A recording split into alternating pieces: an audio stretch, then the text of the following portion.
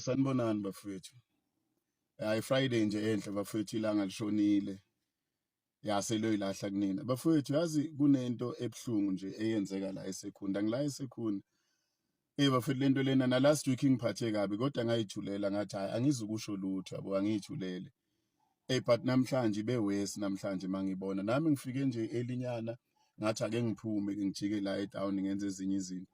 Mangifika last week ngithe mangihamba ngale ngaseSasol Club iSasol gym lapha ngihlangana namanye amadoda amaningi lamadoda lawa yabona ke mina mfowethu ngeke uzungidida. I can differentiate between iThailand neTaiwan because labantu ngisebenze nabo kakhulu.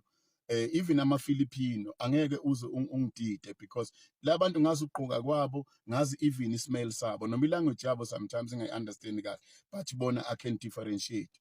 So into eyenzakalayo ke namhlanje or last week ngithole laba abase-Taiwan bebaningi bemile nje la ngakule ndawo le ngathi kuyi-parking nyana.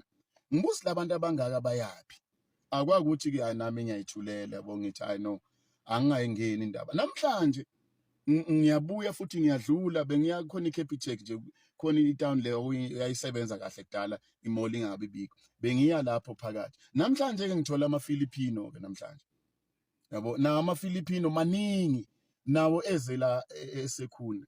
So ngayibuza into eyi-1 bafowethu ukuthi kahle thina senzeni bafowethu ku-government wethu ukuthi ngempela angalo mfethu eFilipino sihlanganisane neFilipino sihlanganisane bafowethu no-Taiwan no-Thailand kanti thina siyi-South Africa kahle senzeni bafowethu.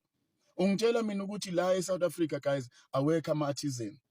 Ungitshela la eSouth Africa mfethu welding, pipe fitting, boiler making, rigging it's a scarce skill. Akusisi scarce skill esibafowethu. Mina unganginikeza amabhasi manje mina noma u2 noma u3 uthi angikulethela ama-pipe fitter mina manje ngagibela i-N4 mina ngishone phansi ko-Stenbok koNansi koMalelane koNyamazane nginyuke nama-artisan ngiwalethe la. Mina namanje ngaphuma ngishone ezantsi eMondlo le koMondlo le ko-Fried Newcastle ngibuyele nama-artisan ngikulethele wona la. Thousands of artisans awasebenzi but then kulethwa abantu bako Taiwan bako Philippine thina akunamsebenzi and lento iyaprove guys ukuthi umsebenzi eMzansi ukhona. Umsebenzi waseMzansi guys umningi and usanele sonke thina bala eMzansi just like ukuthi ugovernment wethu akafuni ukusinikeza umsebenzi. Abafowethu mfethu bakhona la mfethu kube buhlungu inhliziyo yami mfethu ngidlula la ngibona abafowethu balele la endleleni la emgwaqeni khona la eSekhunda ngale ngala ubhethwa khona eHollywood balele mawuthi uyangale ngase-police station egarage ngale ngemuva ngako-auto zone abantu balele khona amakhalatha ase-Wentworth alele laphana kulele abantu balambile kodwa ugovernment wethu uyakwazi usilethela ama-Filipino nama-Taiwan nama-Thailand athi awazowelda la eSouth Africa i-welding mfethu ngaphuma mina ngishona ezantsi Eastern Cape koNgcobo koQumbu lapha amaXhosa kithi lapha abuya azowelda shaya ring with le welding ulethe any type of steel stainless aluminium carbon steel chrome everything labantu bangakweldela yona laba bala eMzansi but we are overloaded ngama-Filipino nama-Taiwan nama-Thailand at the same time ugovernment uthi akanayo imisebenzi yethu nama-South African. Ibhlungu lento eyenzekayo bafethu because abanye bethu bajabulile because bona bayasebenza. Well nami I don't have a problem nami ngiyasebenza but ibhlungu mawubona abantu bakini mfethu besafarisha so ubeni uwazi ukuthi umsebenzi ukhona ubanele nibangasebenza.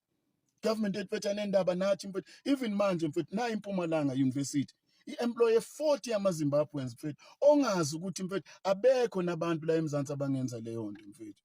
Ibhlungu bafethu lento leyenzakalayo noma nina abanye ngoba niyasebenza ningayihleka mara bafethu mawuyibuka mfethu labantu laba ungaze uhalele nokuthi uthathe noma isinki ubanikeze balele lapha kuthiwa imisebenzi ayikho but mfethu ama-Taiwan nama-Thailand anawo umsebenzi ama-Filipino na sihlanganiseni neFilipino sihlanganiseni neThailand neTaiwan bafunani mfethu naki i-GS College iqhashwe 10 futhi amaZimbabwe angazi nkosami bawakhonzeni bawathandane mfethu ungaya ema-workshop lapha isando ko-Germiston kugcwele wona yiwa phethe akukhahlele ungala eMzansi and ugovernment wethu uthi unemployment rate iphezulu kodwa mfethu umsebenzi ukhona umsebenzi ukhetha ukuthi awunikeze ama-foreign. Umsebenzi wethu guys la eMzansi ukhona usanele sonke singasebenza sonke but ugovernment wethu he prioritize ama-foreigner kunathi nama-citizens. So ibhlungu lento bafethu yabo leyenzeka la eSekhunda be-worse kimi mangibona amakhalathi asewentwethu bethe amanye engiwaziyo amanye engisebenze nawo ngifundisa ijob alele lapha thiwa akunamsebenzi but amaFilipino alele kahle endlini bona balele ngaphandle bayagodola amaFilipino avalelwe endlini anikeza ukudla bona balambile.